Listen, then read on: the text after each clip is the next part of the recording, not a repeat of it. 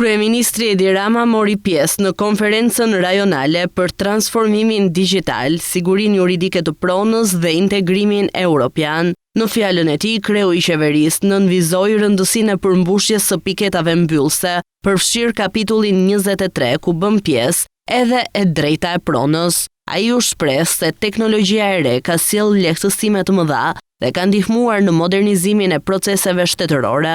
Kemi hapur normalisht të gjithë kapitujt e negociatave dhe tani me piketat e ndërmjetme të përsaktuara i futemi fazës së mbylljes së kapitujve të negociatave. Dhe përcaktimi i piketave përmbyllëse është element shumë thelbësor, sidomos për sa i përket grup kapitujve të themeloreve, që përfshin gjithashtu kapitullin 23, që ka të bëjë me gjyqësorin dhe të drejtat themelore dhe e drejta e pronës, është patjetër pjesë e këtij kapitulli.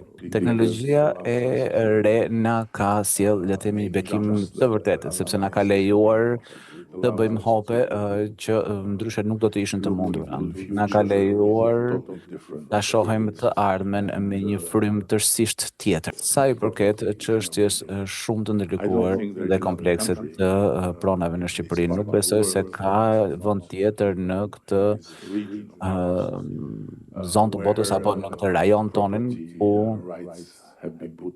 të drejtat e pronës kanë qenë kaq në ndrysni. Gjatë 35 viteve të fundit na është dashur të trajtojmë një material kaq kompleks, saq që është realisht një nga vështirësitë më të thella dhe më të ndërlikuara me të cilat jemi përballur.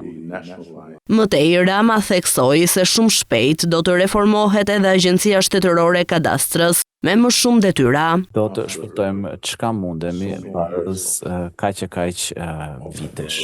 Kemi edhe reformën e agjencisë, do të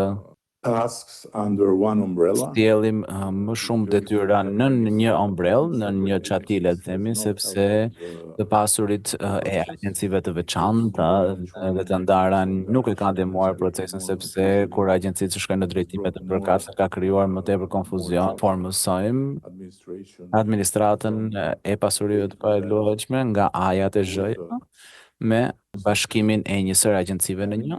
Ndërkaq, drejtoresha e përgjithshme ASHK, Lorena Goxobelli, tha se transformimi digjital i kadastrës nuk është thjesht një proces teknologjik, por një reformë që prek drejt për drejt jetën e qytetarëve, sigurinë juridike dhe zhvillimin ekonomik të vendit.